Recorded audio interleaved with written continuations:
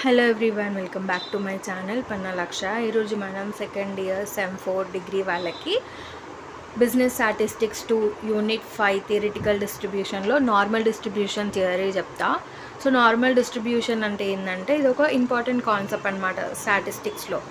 దాన్ని ఇంకేమంటారు అంటే గౌషన్ డిస్ట్రిబ్యూషన్ అని కూడా అంటారు. ఇది మెయిన్గా మనకి ఎక్కడ యూజ్ అవుతుంది అంటే real life data like heights of people, marks in exams, weights of objects, వీటి దగ్గర ఎక్కువగా నార్మల్ డిస్ట్రిబ్యూషన్ అనేది యూజ్ చేస్తాము. అండ్ డెఫినేషన్ వచ్చేసరికి ఏంటి అంటే నార్మల్ డిస్ట్రిబ్యూషన్ అనేది ఒక కంటిన్యూస్ ప్రాబబిలిటీ డిస్ట్రిబ్యూషన్. ఇది ఎట్లా ఉంటుందంటే ఒక సిమెట్రికల్ డిస్ట్రిబ్యూషన్లా ఉండి అదొక బెల్ లాంటి షేప్ని చూపిస్తుంది. అంటే బెల్ లాగా అంటే ఈ విధంగా ఉంటుంది అనమాట curve.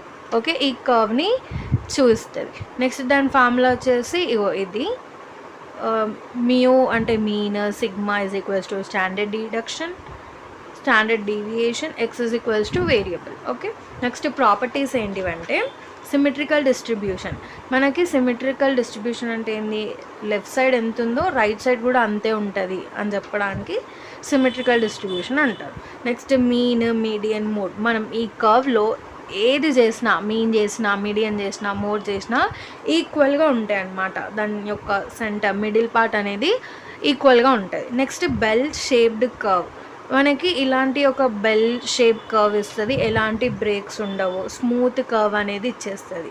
Next total area is equal to 1, entire probability is equal to 100% అనమాట.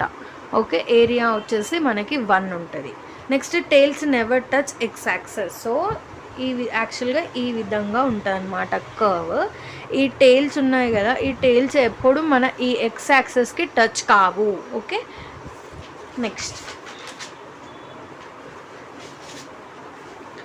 Defined by 2 parameters. సో ఆ పారామీటర్స్ ఏమేమి ఉంటాయి, మీన్ అండ్ స్టాండర్డ్ డిడక్షన్. ఈ 2 పారామీటర్స్తోని మన కర్వ్ అనేది ఉంటుంది. సో 68, 95, 99% రూల్ అనేది ఉంటుంది. 68% డేటాకేమో స్టాండర్డ్ డీవియేషన్ 1 ఉంటుంది, 95కేమో స్టాండర్డ్ డీవియేషన్ 2, 99కి 3. ఈ విధంగా కర్వ్ వేయాలి. ఇది రిప్రజెంట్ చేసినప్పుడు ఈ విధంగా కర్వ్ వేయండి.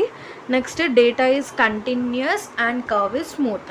డేటా అనేది కంటిన్యూగా ఫ్లో అవుతుంది అండ్ స్మూత్ కర్వ్ ల్యాండ్ చేస్తుంది. Okay, next maximum height at mean, peak occurs at the centre. So మనం ఎంతలా పొడుగు చేస్తే అంతలా సెంటర్ అనేది ఇంక్రీజ్ అవుతుంది అనమాట.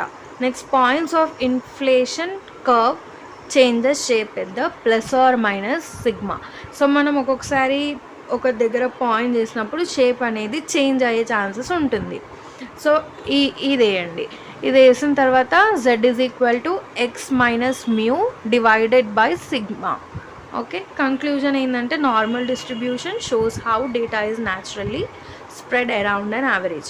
అంటే ఏ విధంగా అయితే స్మూత్గా ల్యాండ్ చేస్తుంది మన ఈ సిమెట్రికల్ డిస్ట్రిబ్యూషన్, దాంతో ఒక బెల్ షేప్డ్ కర్వ్ అనేది ఫామ్ అవుతుంది ఈ నార్మల్ డిస్ట్రిబ్యూషన్ వల్ల అని చెప్పి కంక్లూజన్ రాయండి. That's it for this video. Thank you for watching. Please subscribe my channel for more videos.